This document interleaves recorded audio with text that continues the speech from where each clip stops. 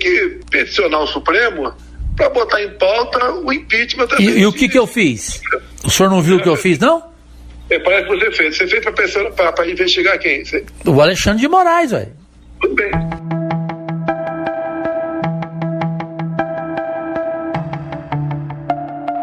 Este é um trecho do áudio publicado pelo senador Jorge Cajuru na sua conversa com o presidente Jair Bolsonaro sobre a CPI da Covid. Essa CPI teve sua abertura autorizada após determinação do ministro Luiz Roberto Barroso do Supremo Tribunal Federal.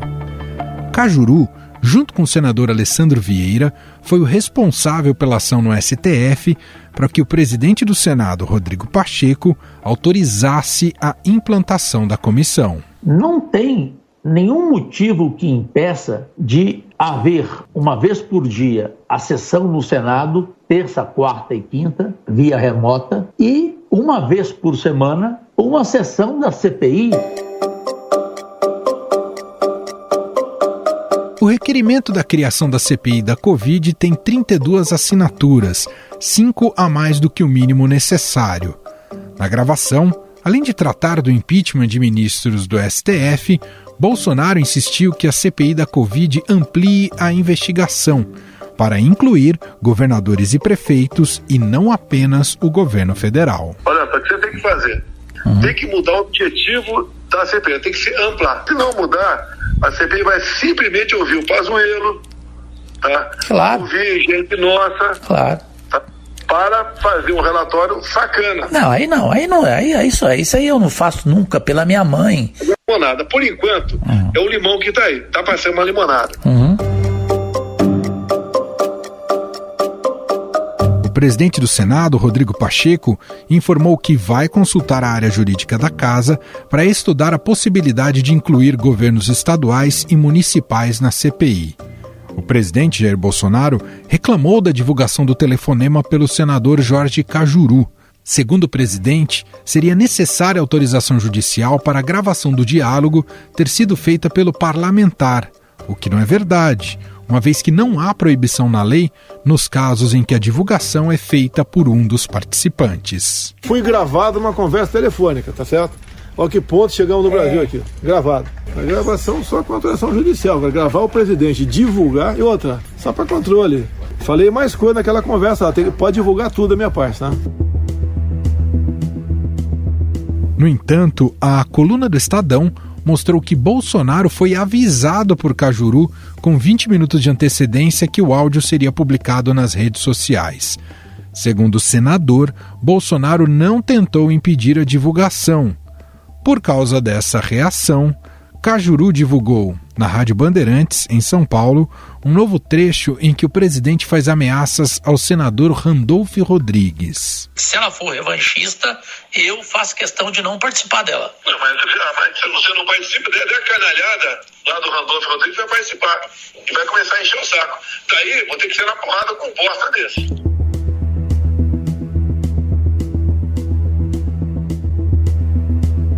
Em nota, Randolph rebateu a ameaça e criticou Bolsonaro. Abre aspas. Briga de rua nunca foi e nunca poderá ser a principal preocupação de homens públicos, principalmente no difícil momento que o nosso país está passando. Fecha aspas. Na edição de hoje aqui do Estadão Notícias, vamos conversar sobre os bastidores dessa gravação e suas implicações jurídicas. E agora vamos falar sobre a repercussão no Congresso Nacional com o repórter do Estadão em Brasília, Daniel Vetterman.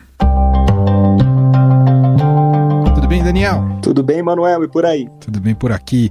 Bom, quero já colher contigo, Daniel, um pouco da repercussão após o senador Jorge Cajuru divulgar trechos da sua conversa telefônica pouco republicana por parte do presidente, entre presidente e Cajuru, e o que isso já suscitou no Senado, entre senadores. O que você conseguiu captar até agora, Vetterman?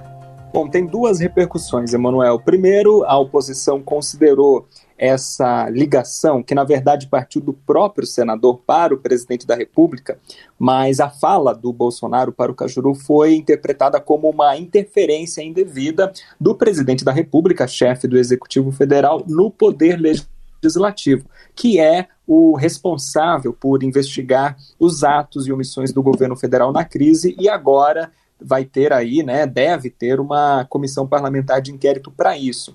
Mas o presidente do Senado, Rodrigo Pacheco, os aliados mais próximos, a cúpula do Senado, digamos assim, tentou isolar essa conduta, não está classificando esse comentário ou esses comentários como uma interferência, mas eles estão tentando isolar essa declaração para dizer que é sim um comentário indevido nesse momento, mas que é uma atitude isolada do presidente da República com o senador. Essa é a tentativa. Agora, Emanuel, o que a gente deve observar é que o que está por trás dessa tentativa do presidente da República de interferir no processo de CPI do Senado. E a leitura atualmente no Senado é que o presidente está tentando enterrar a CPI. A CPI da Covid-19, depois de o Supremo Tribunal Federal, o ministro Luiz Roberto Barroso, obrigar o Senado a instalar a comissão, ela colocou o presidente da República no foco da investigação, colocou o presidente da República aí na berlinda, digamos assim, né? E o Bolsonaro, na leitura aí de vários senadores, nos bastidores, está tentando enterrar essa CPI por meio de dois caminhos principais assim. Primeiro, incentivar a abertura de processos de impeachment contra ministros do Supremo no Senado. O Senado é responsável por analisar esses pedidos, e aí colocando o Supremo no mesmo bolo, o presidente acredita que acabaria minando as duas coisas, tanto os impeachment contra ministros do Supremo e a CPI da Covid-19. Até porque, Manuel, vamos lembrar, para o presidente da República não interessa ter uma crise com o Supremo a ponto de ameaçar com processo de impeachment, porque os processos do senador Flávio Bolsonaro, uma hora ou outra, sempre param lá na mão dos ministros do Supremo para decidir, né? Então é um jogo duplo do presidente da República também. Agora, além disso, o presidente está incentivando o Senado a ampliar o escopo de investigação da CPI. Não investigar apenas o governo federal, mas incluir também estados e municípios. E qual é o efeito disso? Muitos senadores não querem isso. A gente tem ali um Senado que é bastante ligado a governadores, né? Senado com ex-governadores ou com aliados muito próximos aos governadores atuais. E até essa questão da ampliação do escopo tem também um dilema jurídico. Isso pode gerar nulidade para o processo. Ô Vetterman, e me fala mais uma coisa, como é que estão também as articulações, porque além dessa pressão para enterrar a CPI, caso ela de fato tenha que ser instalada e seja instalado, claro que o governo quer ter uma condição favorável ali para o percurso dela. Como é que estão as articulações entre base e oposição em relação à formatação aí da comissão? Lembrando, Emanuel, que são 11 titulares e 7 suplentes, com base no requerimento que foi protocolado. Está se discutindo ampliar esse número de suplentes para 8. O governo, ele tem maioria hoje no Senado, ou pelo menos não tem uma oposição tão ferrenha.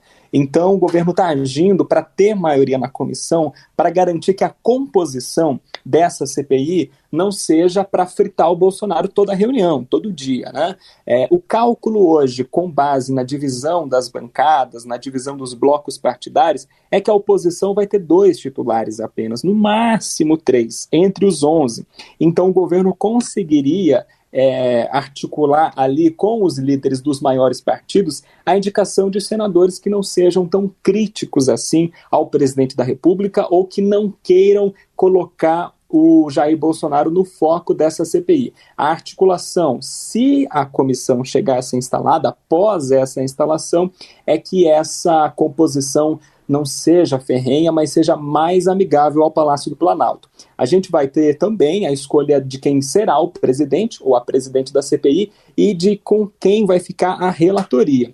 E a cúpula do Senado está articulando nomes que também tragam esse discurso de equilíbrio, de não usar a CPI como revanchismo político. Os nomes ainda não estão definidos. No final de semana circulou a possibilidade de o Renan Calheiros, ex-presidente do Senado, hoje líder da maioria, assumir a presidência da comissão e entregar a relatoria para alguém mais próximo ao governo, né? Lembrando que o Renan tem sido muito crítico à postura do Bolsonaro na crise, mas nenhum martelo foi batido, isso vai ainda passar por negociação. O que a gente pode dizer é que o maior partido da casa, o MDB, pelas regras regimentais, deve indicar o presidente, ou pelo menos articular a eleição do presidente, já que lá na instalação isso se resolve tecnicamente no voto.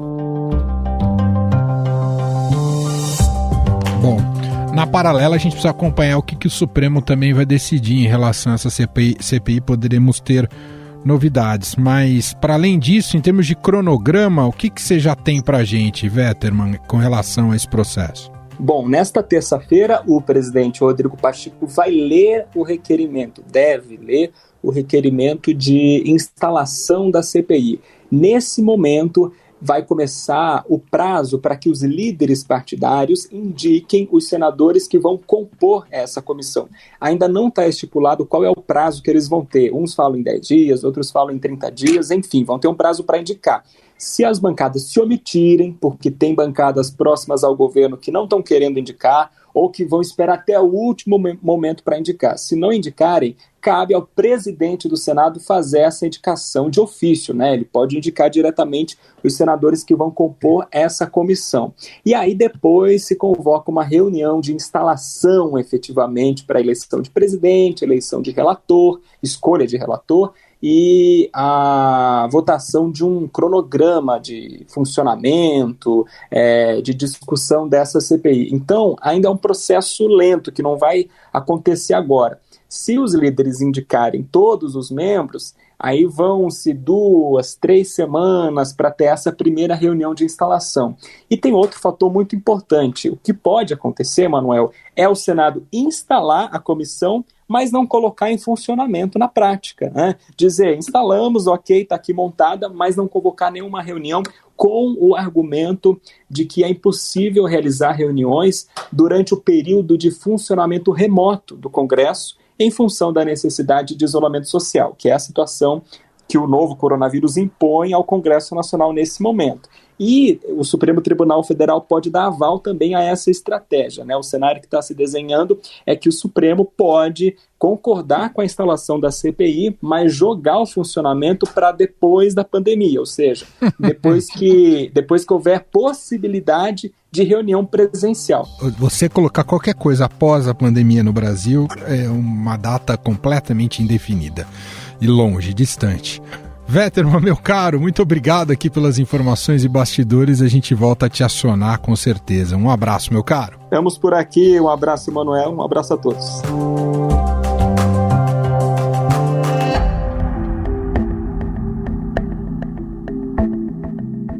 Desde que o ministro do Supremo Tribunal Federal, Luiz Roberto Barroso, determinou que o presidente do Senado, Rodrigo Pacheco, instalasse a CPI, Jair Bolsonaro passou a cobrar a abertura de outra comissão, a que investiga ministros do STF. Tem processo de impeachment contra ministro do Supremo Tribunal Federal. Tem ou não tem? Eu quero saber se o Barroso vai ter coragem moral de mandar instalar essa CPI, esse processo de impeachment também. Pelo que me parece, falta coragem moral para o Barroso e sobra ativismo judicial. A CPI da Covid encontra resistência do presidente do Senado, Rodrigo Pacheco, por considerar o momento inapropriado para esta investigação. A CPI poderá sim ser um papel de antecipação de discussão político-eleitoral de 2022, de palanque político, que é absolutamente inapropriado para esse momento da nação.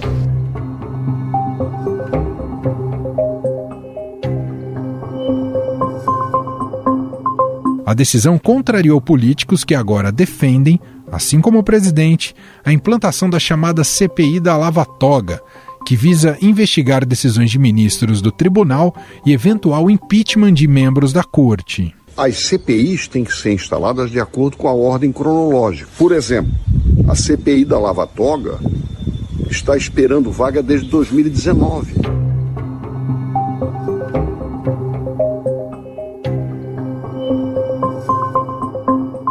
Este é o senador Espiridião Amin, um dos entusiastas da CPI contra ministros do STF. O principal alvo dessa comissão seria o ministro Alexandre de Moraes, responsável pelos inquéritos das fake news e dos atos antidemocráticos, que investiga apoiadores do governo, inclusive levando alguns deles à prisão. Abre aspas. Que estuprem e matem as filhas dos ordinários ministros do Supremo Tribunal Federal. Fecha aspas. Em nenhum lugar do mundo isso é liberdade de expressão. Isso é bandidagem.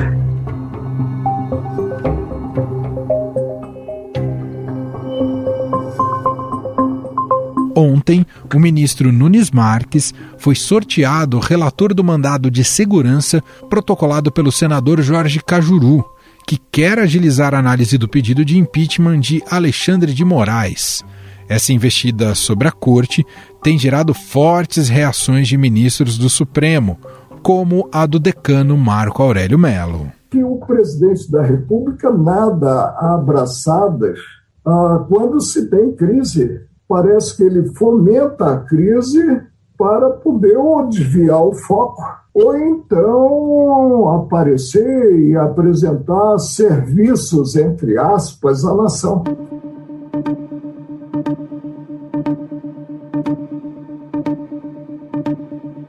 Após a divulgação do áudio, duas perguntas pairam no ar. Existem motivos para a abertura de um processo de impeachment de ministros do Supremo? O conteúdo do áudio entre Bolsonaro e Cajuru pode ser caracterizado como um crime de responsabilidade do presidente? O ex-presidente da Câmara dos Deputados, Rodrigo Maia, escreveu no Twitter que, abre aspas, a conversa entre um senador e um presidente da República articulando contra uma CPI e um ministro do STF é um fato gravíssimo. A própria CPI poderá investigar o possível crime do presidente da República, fecha aspas. Sobre esses dois assuntos, nós vamos conversar agora com o professor de Direito Constitucional da FGV e coordenador do Supremo em Pauta, Rubens Gleiser. Olá, professor, tudo bem com você? Obrigado por atender ao programa mais uma vez. Olá, Manuel, um grande prazer falar com você novamente. Um abraço a todos os ouvintes do podcast. Bom, estamos acompanhando mais uma crise entre executivo, legislativo e judiciário, envolvem os três poderes. Primeiro, sobre a pressão em si, professor, um presidente pressionar dessa tal maneira um senador. Há algum crime aí, algo que possa complicar o Bolsonaro no futuro? Olha, o que você tem na lei de impeachment é que uma das condutas de crime de responsabilidade é o presidente realizar ameaças sobre juízes para que eles não tomem as decisões que eles devem tomar. Então, parece que essa é uma fala que pode ser composta com a outra que o próprio presidente tomou publicamente, reagindo à decisão do ministro Luiz Roberto Barroso, que determinou a abertura da CPI da Covid, na qual ele indica que ele quer o impeachment de ministros do Supremo Tribunal Federal, não porque eles tenham cometido qualquer conduta de crime de responsabilidade, mas porque eles exercem controle sobre o governo. E essa ameaça pública, essa forma de constrangimento pública e privada, seria fácil de ser caracterizada aí como mais um crime de responsabilidade. Mas a gente sabe que o crime de responsabilidade segue a lógica do contexto da temperatura política e não jurídica, né? Bom, não é a primeira vez que há uma pressão da classe política ou de governos para que haja um impeachment de um ministro do Supremo Tribunal Federal. Isso, claro que está previsto em lei, imagino, né, professor? Mas isso na prática a gente nunca observou. Por que é tão difícil mesmo empichar um ministro do Supremo e o que é necessário para que esse tipo de processo ocorra? E como é que ele é, professor? Bom, Ana, eu acho que, em primeiro lugar, é importante distinguir esse uso corriqueiro da política de protocolar pedidos de impeachment, né? Isso é muito comum, isso ocorre sempre com os presidentes da República, a gente tem uma tradição com isso, a oposição vai lá e vai protocolando pedido de impeachment, mas sem perseguir seriamente, mas mais uma forma de marcar uma oposição sobre determinado contexto, sobre determinada situação. Acho que existe aí um outro movimento que é perseguir seriamente o processo de impeachment quando você acha que não tem motivo, né? E aí você teria aí um déficit de legitimidade grande nesses processos. O processo de impeachment de ministro do Supremo Tribunal Federal tem um rito razoavelmente diferente do presidente da República. Enquanto no presidente da República você tem toda uma mecânica que envolve a Câmara dos Deputados e o Senado Federal, o processo de impeachment de ministros do Supremo corre todo no Senado. Então ele seria uma única instância.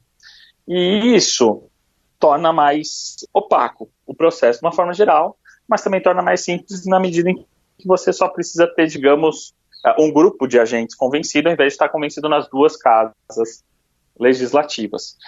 É um processo bastante traumático, né? Muitas pessoas nem sabiam dessas possibilidades até poucos anos atrás, mas a verdade é que sempre nós tínhamos poucos pedidos, raros pedidos de impeachment de ministros do Supremo Tribunal Federal até 2015. A partir dali, eles começaram a crescer em ordem exponencial e estão sendo ainda instrumentos de pressão próprios desse nosso contexto, de institucionalidade frágil, de polarização política, na qual o pedido de impeachment serve até para pressionar votos. Bom, a gente só está nessa situação e nessa crise por conta da decisão do ministro Luiz Roberto Barroso de impor ao Senado, e claro que ele foi provocado para isso, em decisão monocrática, a CPI da Covid. Até para a gente esclarecer, professor, há algo de equivocado ou de exagerado na decisão do Barroso? Eu, que acompanho de perto o Supremo, eu frequentemente sou chamado a analisar as decisões e tenho que normalmente dizer que a jurisprudência é ambígua, ou que o ministro cometeu algum excesso, ou não respeitou alguma formalidade. Mas é engraçado que essa retaliação do presidente da República está se dando sobre uma decisão que, do ponto de vista jurídico, é a mais tranquila dos últimos anos. O Supremo Tribunal Federal tem uma longa lista, uma longa tradição de precedentes sobre comissão parlamentar de inquérito, na qual eles tratam essas CPIs como direitos de minoria, no qual nem a maioria dos deputados e nem o representante da maioria, que é o presidente da Câmara dos Deputados, ou no Senado Federal, como é o caso, pode obstruir o exercício da CPI. E tem várias cláusulas disso. Então, tem os requisitos constitucionais, tem 1/3 dos senadores querendo implementar a CPI, tem vaga para a CPI, foram previstas as despesas, tem fato certo, tempo determinado, obrigação do presidente ser tranquilo. A gente teve uma série de decisões dessas afetando o governo Lula, o governo Dilma. É uma jurisprudência muito consolidada, e é isso que autoriza decisões monocráticas, quando é meio irrelevante levar para o plenário, porque você tem uma decisão profundamente consolidada. Essa é a decisão mais tecnicamente robusta aí que o Supremo tomou nos últimos anos, não tem grau de controvérsia. Então é curioso que justamente sobre ela é que esteja recaindo essa retaliação. Mas eu gostaria só de pontuar uma coisa, Manuel, que o que a gente pode esperar durante essas semanas, acho que está acontecendo uma coisa muito sutil aí, que é o próprio presidente do Senado e outros atores estão jogando para o STF o custo político de cumprir a Constituição e seguir sua própria jurisprudência nesse caso. Então, me parece que é evidente que o presidente do Senado sabia que ele tinha a obrigação de abrir a CPI, e que, se questionado, a decisão do STF seria justamente essa que o ministro Barroso colocou. No entanto, para ele, politicamente, é muito mais confortável deixar o STF arcar com esse custo do que ele se indispor, digamos, com Bolsonaro e a sua base eleitoral. E existe também, então, acho que um processo agora do presidente da República de querer forçar situações de irregularidade para que o STF tenha que ficar exercendo controle e sendo chamado, né, e sendo tratado como inimigo do presidente. Então, por exemplo, tem precedente, já tem decisões firmes do STF que a maioria, os outros parlamentares, não podem chegar numa CPI que foi criada pela minoria, pela oposição, e aumentar o escopo dela. No caso, tentaram fazer isso com a Petrobras, CPI da Petrobras, acho que em 2014, governo Dilma, em que a oposição queria investigar a causa da Petrobras, envolvendo Lava Jato, e por aí vai, e a situação, o governo, na época, o PT queria aumentar o escopo, falar que era contra a corrupção em geral, para diluir a força dessas investigações. O Supremo não deixou, tem decisões da ministra Rosa Weber, da ministra Carmen Lúcia nesse sentido. Então já dá para saber que essa ideia de você pegar essa CPI criada para investigar o governo federal e querer embutir nela artificialmente investigação de governadores e prefeitos, sendo que não foi esse o pedido da minoria, é nulidade. Então é forçar a mão para fazer o Supremo interferir e dizer que é uma outra intervenção no outro poder, que é perseguição ao presidente. Então acho que nós vamos assistir um pouco essas irregularidades propositais para desgastar o Supremo Tribunal Federal. Bom, só para a gente finalizar, professor, leia agora, enquanto a gente gravava, eu vi que saiu aqui no Estadão, que o plenário pode, claro, referendar, como o senhor bem destacou, né, que a jurisprudência é evidente nesse caso, vai referendar a decisão do Barroso, mas diz aqui que pode também, além de referendar, colocar a ressalva de que a CPI só seja instalada após a pandemia. É uma saída, digamos, para colocar panos quentes? Olha, o Supremo de vez em quando tem dessas, né? Tentar uma terceira via que não está na lei. Nunca deu certo para o Supremo. E nesse processo que nós estamos vendo, onde você tem essa saída que claramente não está na Constituição, claramente não está em lugar nenhum e é feita como uma forma de acochambrar algum interesse político, isso só aumenta na população a percepção de que tudo que está acontecendo ali é político. Então, acho que é uma má saída para o Supremo tentar fazer esse tipo de ressalva. Ou ele derruba, ou ele fala que não é, ou ele faz uma cláusula que durante o estado de emergência, excepcionalmente, o presidente não pode... Ele precisa de alguma resposta jurídica, que pode ser sensível ao contexto, mas uma regra. Esse tipo de decisão que está fazendo explicitamente uma negociata política se vira contra a reputação, autoridade e legitimidade do Supremo Tribunal Federal. É um tiro no pé. Muito bem. Nós ouvimos Rubens Gleiser, professor de Direito Constitucional da FGV, coordenador do Supremo em Pauta, mais uma vez gentilmente atendendo aqui a nossa reportagem. Muito obrigado, viu, professor? Eu que agradeço, Manuel. Um grande abraço a todos os ouvintes. Estadão Notícias. E este foi o Estadão Notícias de hoje, terça-feira, 13 de abril de 2021. A apresentação foi minha, Emanuel Bonfim, na produção e edição Gustavo Lopes e Ana Paula Niederauer. A montagem é de Moacir Biasi e o diretor de jornalismo João Fábio Caminuto. Escreva pra gente, podcast@estadão.com. Um abraço para você e até mais.